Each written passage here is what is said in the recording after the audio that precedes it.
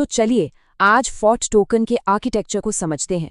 हम इसके डिज़ाइन की एक एक परत को खोल कर देखेंगे और ये जानने की कोशिश करेंगे कि क्या ये वाकई एक मजबूत डिजिटल इकोनॉमी बनाने का दम रखता है। आए दिन नई नई क्रिप्टो करेंसीज लॉन्च होती हैं, पर उनमें से कितनी टिक पाती हैं? देखिए, इसका असली जवाब उनके कोड में नहीं बल्कि उनके डिज़ाइन में, उनके ब्लूप्रिंट में छिपा होता है। तो सवाल ये है कि क्या फॉर्ट टोकन को लंबे समय तक चलने के लिए बनाया गया है? आइए इसी की पड़ताल करते हैं। ये बिल्कुल वैसा ही है जैसे कोई आर्किटेक्ट एक बड़ी इमारत बनाने से पहले उसका पूरा ब्लूप्रिंट तैयार करता है।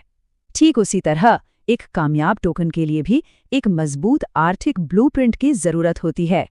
तो चलिए फोर्ट के इसी ब्लूप्रिंट को जरा गौर से देखते हैं। तो सबसे पहले ये समझते हैं कि आखिर ये फॉर्ट टोकन है क्या। सीधी भाषा में ये टॉन ब्लॉकचेन पर बना एक डिफ्लेशनरी यूटिलिटी टोकन है। अब इसका मतलब क्या हुआ? मतलब ये कि एक ऐसा टोकन जिसकी सप्लाई वक्त के साथ कम होती जाती है और जिसका उस इकोसिस्टम में कोई असली इस्तेमाल भी है। चलिए इसे और अच्छे से समझते हैं। ये नंबर देखिए, 5 लाख। बस इस टोकन की पूरी इकोनॉमी का यही आधार है। कुल मिलाकर सिर्फ 5 लाख फॉर्ट टोकन ही बनाए जाएंगे, उससे एक भी ज्यादा नहीं। ये बिटकॉइन की तरह ही एक फिक्स्ड सप्लाई है जो इसे अपने आप में काफी रेयर बना देती है और इसके पूरे इकोनॉमिक मॉडल को एक मजबूती देती है। और जब ये लॉन्च हुआ तो हर एक टोकन की कीमत थी 50 सेंट।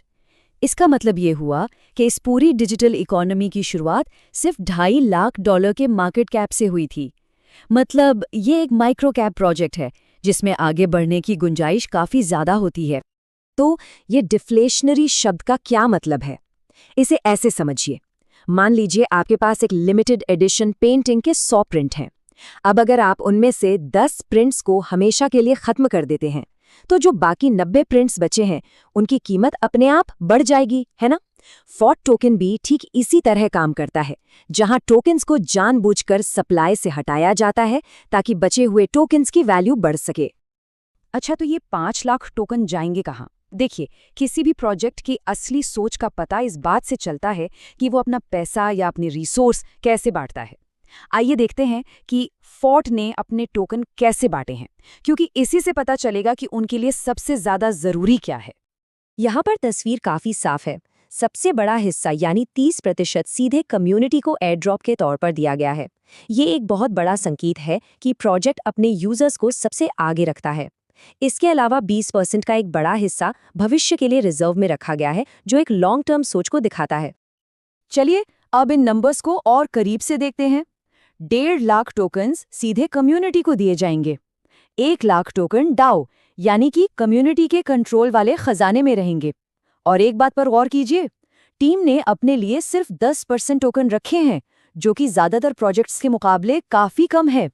ये दिखाता है कि उनका मकसद जल्दी अमीर बनना नहीं, बल्कि प्रोजेक्ट के लिए एक लॉन्ग टर्म कमिटमेंट है। देखिए, एक टोकन बना लेना तो आसान है, पर उसे मार्केट के उतार चढ़ाव से बचाना बहुत मुश्किल। तो सवाल ये है कि फॉर्ट ने अपनी इकोनॉमी को बचाने के लिए क्या दीवारें खड़ी की हैं। चलिए इनके एंटी डंप और एंटी इन्फ्लेशन सिस्टम्स को समझते हैं। फॉर्ट ने एक तरह का 3 लेयर सिक्योरिटी सिस्टम बनाया है। पहला, जिन लोगों को एयर ड्रॉप मिलेगा उन्हें अपने टोकन धीरे धीरे 5 साल में मिलेंगे। इससे वो एक साथ मार्केट में सेलिंग का प्रेशर नहीं बना पाएंगे। दूसरा, टीम के खुद के टोकन भी लॉक्ड हैं ताकि वो कीमत के साथ कोई छेड़छाड़ ना कर सकें। और तीसरा और सबसे ज़रूरी, जो सबसे बड़ा खजाना है, वो किसी एक इंसान के हाथ में नहीं बल्कि पूरी कम्युनिटी के कंट्रोल में है। ये डिसेंट्रलाइजेशन का एक बेहतरीन उदाहरण है। अब कीमत को स्थिर रखने के लिए फॉर्ट के पास 2 बड़े हथियार हैं, बर्न और बायबैक। बर्न का मतलब है टोकन को हमेशा के लिए सप्लाई से हटा देना, जिससे बचे हुए टोकन और कीमती हो जाते हैं। वहीं बायबैक का मतलब है कि जब भी कीमत गिरेगी तो प्रोजेक्ट खुद अपने टोकन वापस खरीदेगा, जिससे एक तरह का सेफ्टी नेट बनता है और डिमांड भी पैदा होती है। ये अटैक और डिफेंस दोनों की एक मिक्स्ड स्ट्रैटेजी है। फॉर्ट में टोकन बर्न करने का तरीका भी काफी दिलचस्प है। शुरुआती महीने में बिक्री पर 10% का बर्न टैक्स तो है ही, लेकिन सबसे अलग आइडिया ये है कि डाओ में वोट करने के लिए जो भी टोकन इस्तेमाल होगा वो वोट देने के बाद हमेशा के लिए बर्न हो जाएगा। इसका मतलब ये हुआ कि गवर्नेंस में हिस्सा लेने की एक असली कीमत है, जो ये पक्का करता है कि सिर्फ वही लोग फैसले लें जो प्रोजेक्ट को लेकर वाकई सीरियस हैं। इसे आप प्रोजेक्ट का इमरजेंसी बटन कह सकते हैं। अगर किसी भी वजह से कीमत 25% से ज्यादा गिरती है तो एक ऑटोमेटिक सिस्टम तुरंत एक्टिव हो जाता है। प्रोजेक्ट का खजाना अपने आप मार्केट से टोकन खरीदना शुरू कर देता है ताकि कीमत को संभाला जा सके और पैनिक सेलिंग को रोका जा सके। ये एक ऑटोमेटिक सिक्योरिटी गार्ड की तरह काम करता है। तो हमने ये तो देख लिया कि फॉट अपनी कीमत कैसे बचाता है, पर किसी टोकन की वैल्यू सिर्फ स्थिरता से नहीं आती, वो आती है उसकी यूटिलिटी से। मतलब आखिर इस टोकन का काम क्या है? और सबसे ज़रूरी सवाल, इस पूरी इकोनॉमी का कंट्रोल आखिर है किसके हाथ में? चलिए अब इसके इस्तेमाल और गवर्नेंस को समझते हैं। फॉट टोकन सिर्फ खरीदने और बेचने की चीज़ नहीं है, ये इस डिजिटल दुनिया की एक चाबी की तरह है। इसके होल्डर्स इसका इस्तेमाल करके लेवल्स अपग्रेड कर सकते हैं, इसे स्टेक करके पैसिव इनकम कमा सकते हैं और सबसे ज़रूरी बात, DAO के ज़रिए इस दुनिया का भविष्य तय करने में अपनी राय दे सकते हैं। ये सिर्फ एक एसेट नहीं है, बल्कि एक तरह की सिटीजनशिप है। ये एक लाइन प्रोजेक्ट की पूरी फिलॉसफी बता देती है। इस लाइन पर ध्यान दीजिए, प्रतिभागियों को एकजुट करें। यहाँ सिर्फ इन्वेस्टर्स की बात नहीं हो रही, बल्कि एक कम्युनिटी बनाने की बात हो रही है। और आखिरी मकसद, वित्तीय स्वतंत्रता। ये एक बहुत बड़ा लक्ष्य है जो सिर्फ एक टोकन बनाने से कहीं ज्यादा है।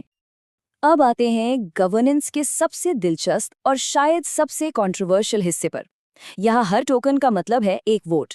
ये तो ठीक है, लेकिन वोट देने का हक सिर्फ टॉप 30 होल्डर्स को है। ये एक तरह की एलीट काउंसिल है। इसका फायदा ये है कि फैसले जल्दी लिए जा सकते हैं, पर इसका एक दूसरा पहलू ये भी है कि इससे पावर कुछ ही हाथों में सिमट जाती है। ये एक डिज़ाइन चॉइस है, जहां एफिशिएंसी को पूरी तरह डिसेंट्रलाइजेशन पर तरजीह दी गई है। तो ठीक है, नींव मजबूत है और गवर्नेंस का एक ढांचा भी तैयार है। अब सवाल ये है कि इस नींव पर आगे क्या बनाया जाएगा। रोड मैप हमें भविष्य की एक झलक दिखाता है और बताता है कि ये प्रोजेक्ट आने वाले सालों में कहाँ तक जाना चाहता है। रोड मैप को देखें तो ये स्टेप बाय स्टेप आगे बढ़ने की कहानी कहता है। ये 2025 के आखिर में सिक्योरिटी ऑडिट से शुरू होता है, फिर 2026 की शुरुआत में टोकन लॉन्च होता है। इसके बाद बड़े एक्सचेंजों पर लिस्टिंग और डाओ को लॉन्च करके इसकी पहुंच बढ़ाई जाएगी और आखिर में क्रॉस चेन ब्रिज के जरिए इसे दूसरे ब्लॉकचेन से भी जोड़ा जाएगा, जो इसके इकोसिस्टम को सच में ग्लोबल बना देगा। तो आखिर में कामयाबी इनके लिए कैसी दिखेगी? प्रोजेक्ट ने 2 बड़े टारगेट सेट किए हैं, 2 लाख से ज्यादा लोगों की एक कम्युनिटी बनाना और मार्केट में $5 लाख से ज्यादा की लिक्विडिटी को बनाए रखना। ये सिर्फ ख्याली बातें नहीं हैं, बल्कि ऐसे लक्ष्य हैं जिन्हें नापा जा सकता है और जिनसे प्रोजेक्ट की प्रोग्रेस को ट्रैक करने में मदद मिलेगी। तो हमने फॉट टोकन के ब्लूप्रिंट की हर एक डिटेल को देखा है, इसकी फिक्स्ड सप्लाई से लेकर इसके ऑटोमेटिक सेफ्टी सिस्टम तक। कागज पर तो ये एक मजबूत किले जैसा ही दिखता है, लेकिन असली परीक्षा तो तब होगी जब ये मार्केट के तूफानों का सामना करेगा। सवाल ये नहीं है कि डिज़ाइन अच्छा है या नहीं, असली सवाल ये है कि क्या ये डिज़ाइन एक ऐसी कम्युनिटी बना सकता है जो लंबे समय तक इसके साथ खड़ी रहे, और इसका जवाब वक्त ही देगा।